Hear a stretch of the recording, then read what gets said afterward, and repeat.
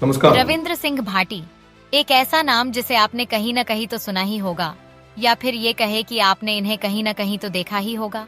अगर इस वक्त राजस्थान में सबसे ज्यादा बात किसी एक नेता की होती है तो वह है राजस्थान की शिव विधानसभा सीट से निर्दलीय युवा विधायक रविंद्र सिंह भाटी।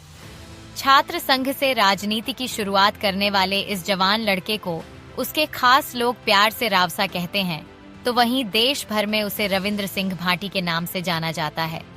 मारवाड़ की मिट्टी चिलचिलाती धूप में जितना पारा बढ़ा देती है, अब यकीन मानिए कि उसी तरह का पारा इस वक्त मारवाड़ की राजनीति में रविंद्र सिंह भाटी ने बढ़ाया हुआ है।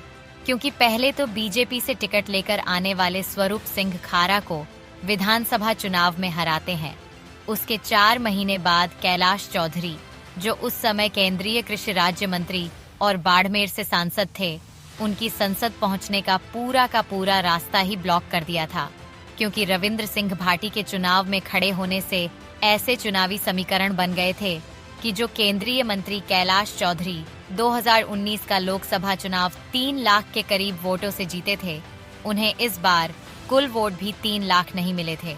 दरअसल रविंद्र सिंह भाटी जब चुनाव में खड़े हुए तो हरीश चौधरी ने इस मौके का भरपूर फायदा उठाया और इस चुनाव का ऐसा रुख बदला कि सीधा मुकाबला रविंद्र सिंह भाटी और उम्मेदाराम बेनीवाल के बीच हो गया और अंत में उम्मेदाराम बेनीवाल ये चुनाव जीत भी जाते हैं। अब जेएनयू में छात्र राजनीति से लेकर शिव सीट से निर्दलीय विधायक बनने तक और फिर राजस्थान विधानसभा के भीतर मारवाड़ी में शपथ लेने वाले रविंद्र सिंह भाटी इस वक्त इंटरनेट सेंसेशन बन चुके हैं। क्योंकि जब रविंद्र चुनाव लड़ता है तो उसकी नामांकन रैली में हजारों लोग पहुंचते हैं।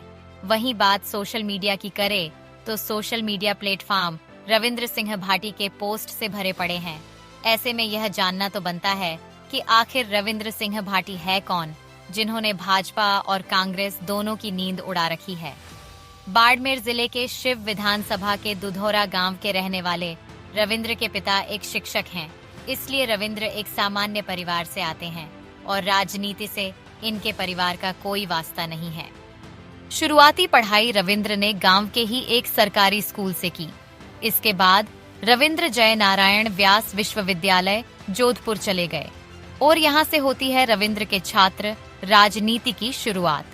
रविंद्र सिंह भाटी शुरुआती दिनों में अखिल भारतीय विद्यार्थी परिषद के कार्यकर्ता थे और करीब 3 सालों तक इसी दौरान रविंद्र ने वकालत की पढ़ाई भी की।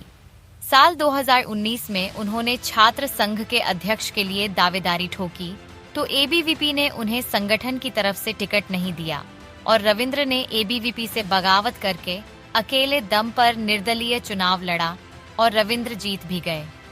रविंद्र ने यूनिवर्सिटी के 57 साल के इतिहास को पलट दिया, क्योंकि इतिहास में पहली बार हुआ जब विश्वविद्यालय में किसी निर्दलीय छात्र ने अध्यक्ष के पद पर कब्जा किया। रविंद्र छात्रों के लिए आवाज बनते रहे और समय समय पर आंदोलन भी किया। बड़े बड़े राजनीतिक पंडित यह भी बताते हैं कि वहीं से ही उन्होंने विधानसभा चुनाव की तैयारी अपने लिए शुरू कर दी थी और फिर 2023 में वक्त आया राजस्थान विधानसभा चुनाव का, जब भाटी को अपनी तैयारी को अंजाम देना था। अब उनकी विचारधारा तो वैसे भी पहले से ही बीजेपी वाली थी और साथ ही रविंद्र सिंह भाटी बहुत जबरदस्त हिंदुत्व की छवि भी रखते थे, तो उन्होंने टिकट के लिए बीजेपी में आने का प्रयास किया। लेकिन कुछ रिपोर्ट्स में एक बहुत बड़ा दावा यह किया गया था कि भारतीय जनता पार्टी के ही कुछ नेता ऐसे थे जो ये नहीं चाहते थे कि वह भारतीय जनता पार्टी के साथ जुड़ जाएं, और इसके लिए बहुत प्रयास हुए, लेकिन भाटी कामयाब हुए और उन नेताओं के प्रयास फेल हो गए क्योंकि भाटी ने बीजेपी ज्वाइन कर ली। लेकिन भाटी के बीजेपी ज्वाइन करने के बाद भी वो नेता यही चाहते थे कि कैसे भी करके भाटी को शिव विधानसभा से टिकट नहीं मिले, और हुआ भी कुछ ऐसा ही, क्योंकि जब उम्मीदवारों की लिस्ट आई तो शिव विधानसभा से भाजपा ने स्वरूप सिंह खारा को अपना उम्मीदवार बना दिया और रविंद्र को इस बार भी टिकट नहीं मिला। एक बार फिर रविंद्र ने बगावत कर दी और निर्दलीय ही चुनावी मैदान में कूद पड़े। जब चुनाव का रिजल्ट आया तो रविंद्र ने इतिहास रच दिया और अपने नाम जीत दर्ज की। यह कम उम्र का लड़का अब विधायक बन चुका था, जिसने भाजपा के उम्मीदवार स्वरूप सिंह खारा की जमानत तक जब्त करवा दी थी। अब इस बड़ी जीत के बाद रविंद्र सिंह भाटी का भी हौसला बढ़ चुका था कि जनता उनके साथ है और शायद वो नेता जो यह चाहते थे कि भाटी को टिकट ना मिले, उन्हें भी भविष्य में होने वाली इस युवा शक्ति का आभास हो गया था। अगर आपको यह वीडियो पसंद आया हो, वीडियो को लाइक और चैनल को सब्सक्राइब जरूर करना।